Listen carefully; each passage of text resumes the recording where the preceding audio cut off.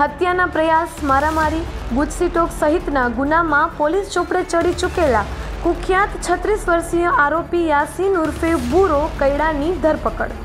દુષ્કર્મના ગુનામાં રાજકોટ શહેર crime branch દ્વારા ધરપકડ કરવામાં આવી છે।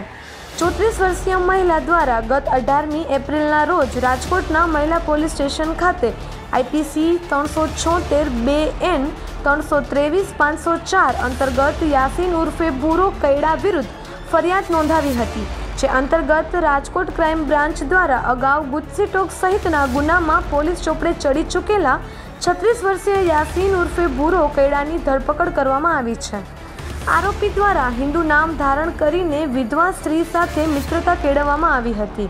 ત્યારબાદ લગ્નની લાલચ આપી અનેક વખત દુષ્કર્મ ગુજારવામાં આવ્યું હતું।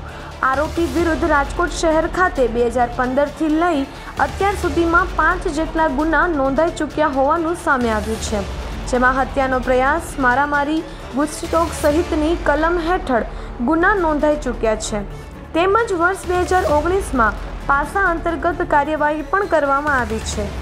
યાસીન ઉર્ફે બુરો ગુજસીટોકના ગુનામાં 3.5 વર્ષ જેટલો જેલમાં પણ રહ્યો હતો। જેલમાંથી બહાર આવ્યા બાદ યાસીનની માતાએ તેની ચડામણી કરી હતી કે હું ફોનના માધ્યમથી અન્ય કોઈ સાથે વાતચીત કરું છું, જેના કારણે યાસીન શંકા કુશંકા કરવા લાગ્યો તેમજ માર પણ મારવા લાગ્યો હતો। ત્યારબાદ યાસીનને અવારનવાર લગ્નનું કહેતા તે બહાના બતાવી વાતને ટાળી દેતો હતો, તેમજ મહિલા પાસે રહેલા ટિફિન સર્વિસના તેમજ કપડાના પૈસા જબરજસ્તીથી પડાવી વાપરી નાખતો હતો। મહિલાએ પોલીસને આપેલી ફરિયાદમાં જણાવ્યું કે યાસીનને ડ્રગ્સ લેવાની પણ આદત છે, ત્યારે પોલીસે સમગ્ર મામલે ફરિયાદ નોંધી આગળની કાર્યવાહી હાથ ધરી છે।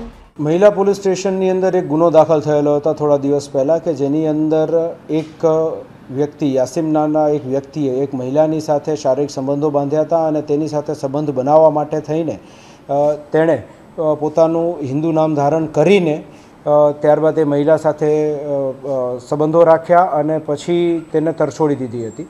તો આ પ્રમાણેની એક ફરિયાદ દાખલ થયેલી હતી। આ ફરિયાદની ગંભીરતાને ધ્યાને રાખી ક્રાઇમ બ્રાન્ચ દ્વારા પણ આની અંદર તપાસમાં ઝંપલાવવામાં આવ્યું હતું અને તે તપાસની અંદર એવું ધ્યાન પર આવ્યું કે જે આરોપીનું નામ છે તે આરોપી અગાઉ અનેક ગુનાઓમાં સપડાઈ ચૂક્યો છે અને તેની ઉપર ગુજસીટોકની કલમો પણ લાગેલી છે।